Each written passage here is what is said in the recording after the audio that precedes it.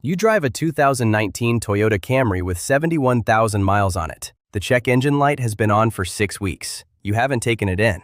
Not because you can't afford to, you could buy the dealership, but because fixing it would mean a conversation with a mechanic who would look at your car, your clothes, your unremarkable face, and never once suspect that the man standing in front of him could write a check that would close his entire business and still not feel it. Your net worth is $650 million.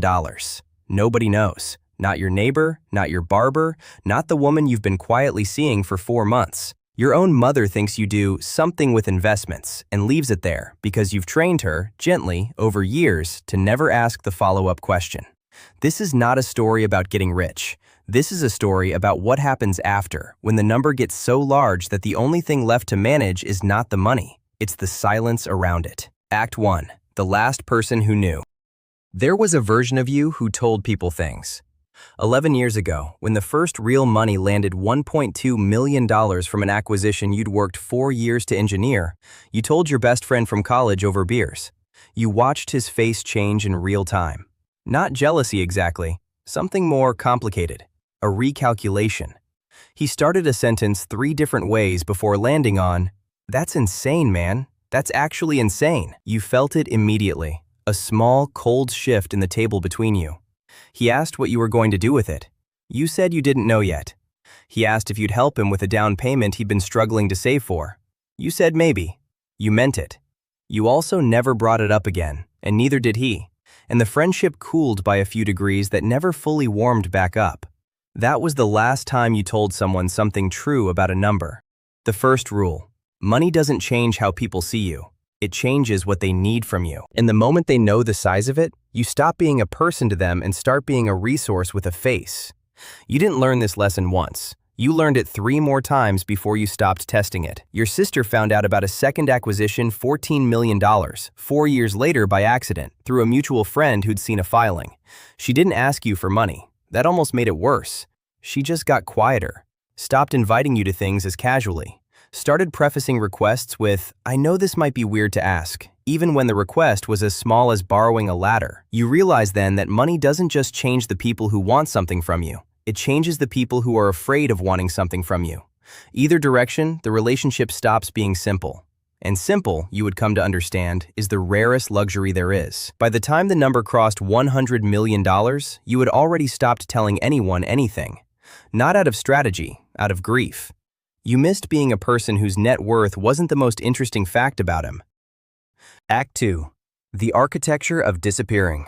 Hiding $650 million is not like hiding a secret. A secret is something you carry. This is something you build. You restructured everything at $40 million on the advice of an estate attorney named Holt, who you found through 2 layers of referrals specifically because he didn't take meetings that weren't introduced personally. The company isn't in your name. It's in the name of a trust, which is managed by an LLC, which has a single corporate trustee whose officers you've met exactly once. Your name appears on almost nothing. Public records show a modest condo, a leased car under a business entity, and a salary from a consulting role that exists mostly on paper and pays you $94,000 a year, enough to explain a normal life to anyone who goes looking, not enough to explain anything else. The second rule: at a certain size, your actual financial structure has nothing to do with how you live day to day. The architecture exists entirely to manage a question you hope nobody ever asks. You still go to the same diner every Sunday. You still wear the same 3 pairs of jeans in rotation. Not for image, not as some performed minimalism. You simply never updated your relationship with spending after the number stopped being something you needed to think about. The car with the check engine light isn't a statement. It's just a car you haven't gotten around to fixing. The way a man worth $40,000 might also put it off. This is the strange flatness of extreme wealth that nobody tells you about. Past a certain point, money stops being something you spend and becomes something you merely supervise. You have a financial team, a CIO, who manages a portfolio across 11 asset classes, a tax structuring partner who saved you $4.1 million last year through a charitable remainder trust most people have never heard of, a family office of 6 people who collectively know the full shape of your wealth and have all signed agreements with penalties severe enough to guarantee a particular kind of silence. 6 people on Earth know the real number. You are the 7th. Your mother is not one of them. You sat in Holt's office the day the structure was finalized, and he said something you've never forgotten. The goal isn't to hide the money. The money will always be findable by the right person with the right subpoena. The goal is to make sure nobody has a reason to look. That sentence reorganized how you understood the entire next decade of your life. Act 3.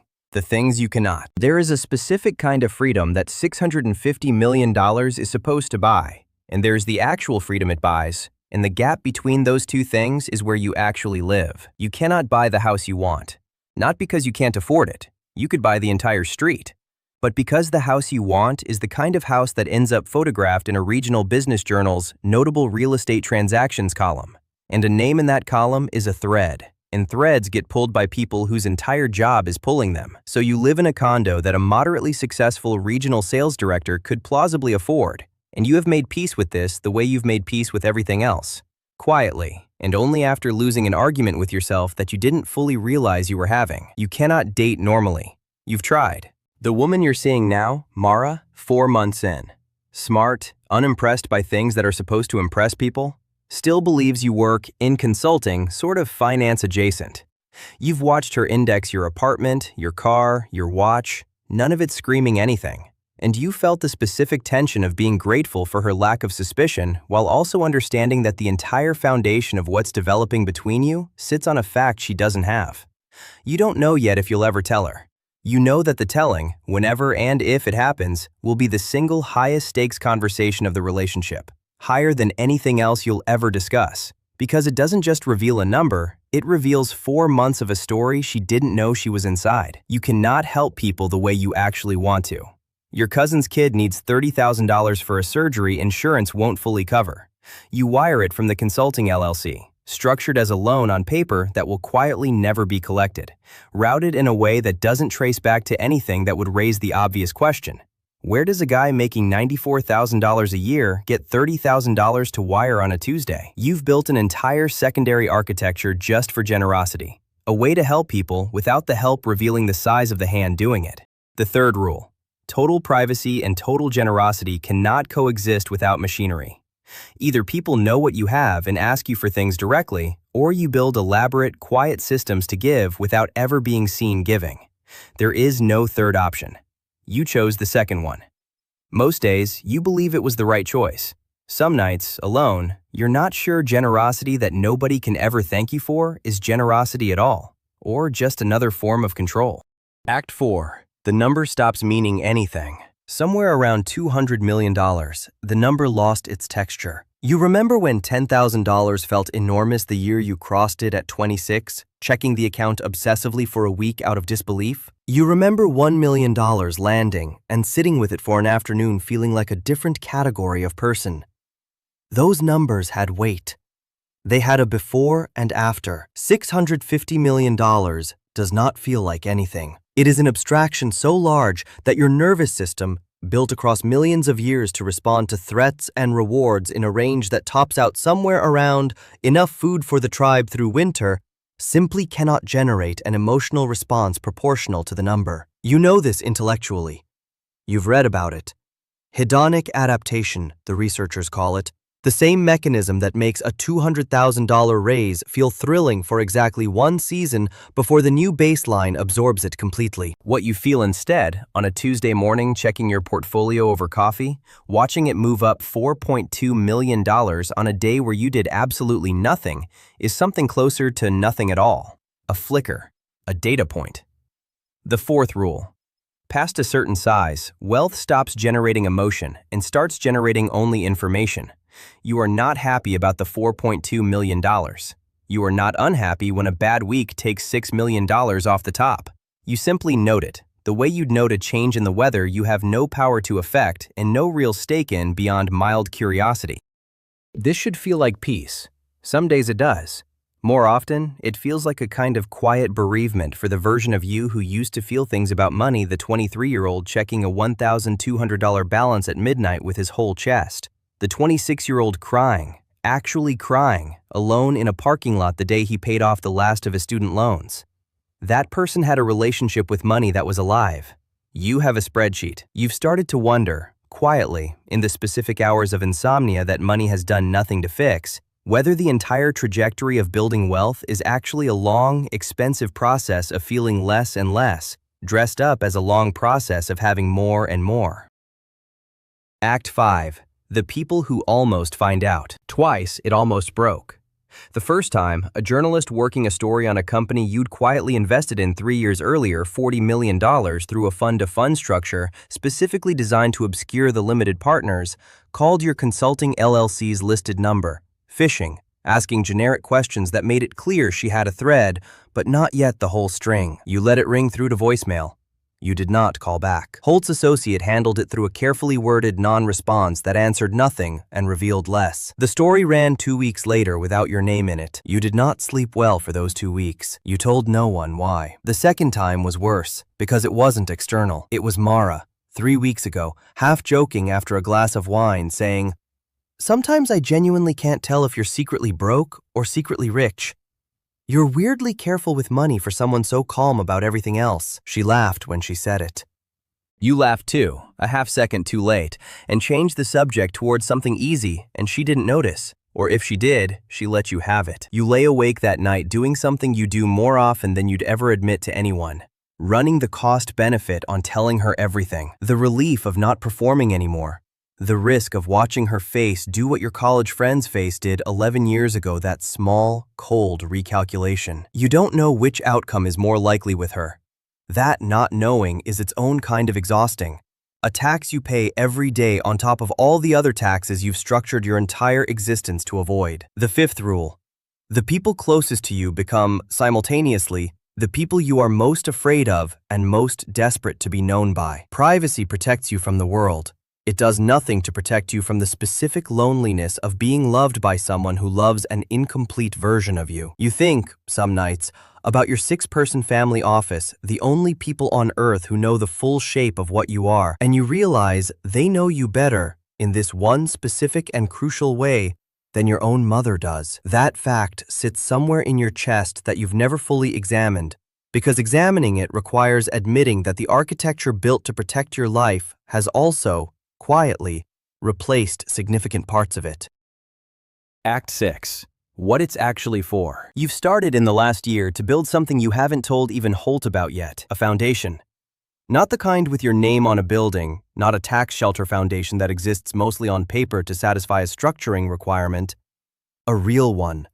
Anonymous, funding a specific and unglamorous thing.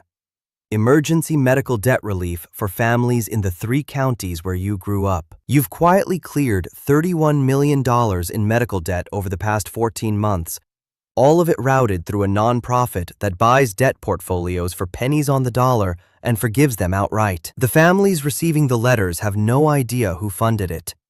They never will, if the structure holds the way Holt's team built it to hold. You drove past your childhood house last month. New family living there now. You didn't stop. You don't need to. The version of generosity available to you now isn't a moment, a handshake, a thank you card. It's closer to weather invisible, structural, working on thousands of lives you'll never personally witness, the same way the financial defaults of your own childhood worked on you without anyone ever explaining the mechanism. This is the 6th rule, and it took you the longest to understand. The highest use of wealth this large is not visibility.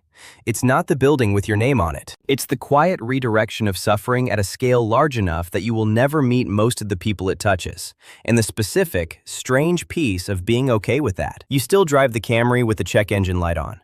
You're going to get it fixed next week. Probably. You think about Mara, about the conversation you still haven't had, about whether love survives the full truth, or whether the full truth is the one variable in your entire financial architecture you haven't found a way to structure around. $650 million sits across 11 asset classes, structured by 6 people who will never say your name to anyone, generating more money every single day, whether or not you think about it, whether or not anyone ever knows it exists. It bought you privacy. It bought you options. It bought you the quiet, complicated ability to clear $31 million in strangers' medical debt without a single thank you. It did not buy you the one thing you find yourself wanting at 2 a.m., staring at a ceiling in a condo a sales director could afford. Someone who knows the whole truth of your life and stays anyway. Not because of the number, but completely unbothered by it. You don't know yet if that's purchasable. You're starting to suspect it isn't. You're starting to suspect it was never supposed to be. Somewhere tonight, there is a 23-year-old checking a $1,200 balance at midnight, feeling the whole weight of that number in his chest, certain that enough money would resolve the specific ache he's carrying. He is not wrong that money will change things. It will.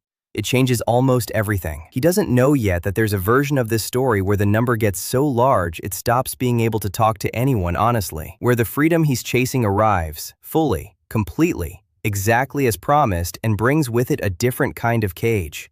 Quieter, better furnished, but a cage nonetheless, where the architecture built to protect the money starts, slowly and without anyone deciding it should, to protect him from the very things he built the money to get closer to. This isn't a warning to stop wanting more. The want is human. The building is real and worth doing. It's just the part of the story nobody tells you in the beginning, because nobody believes it at $1,200. You wouldn't have believed it either. The machine doesn't ask if you're ready for what it actually feels like at the top. It just keeps compounding, quietly, indifferently, exactly as promised. And somewhere in a condo a sales director could afford, a man worth $650 million lies awake, doing arithmetic that has nothing to do with money at all. Subscribe so you don't miss the next one.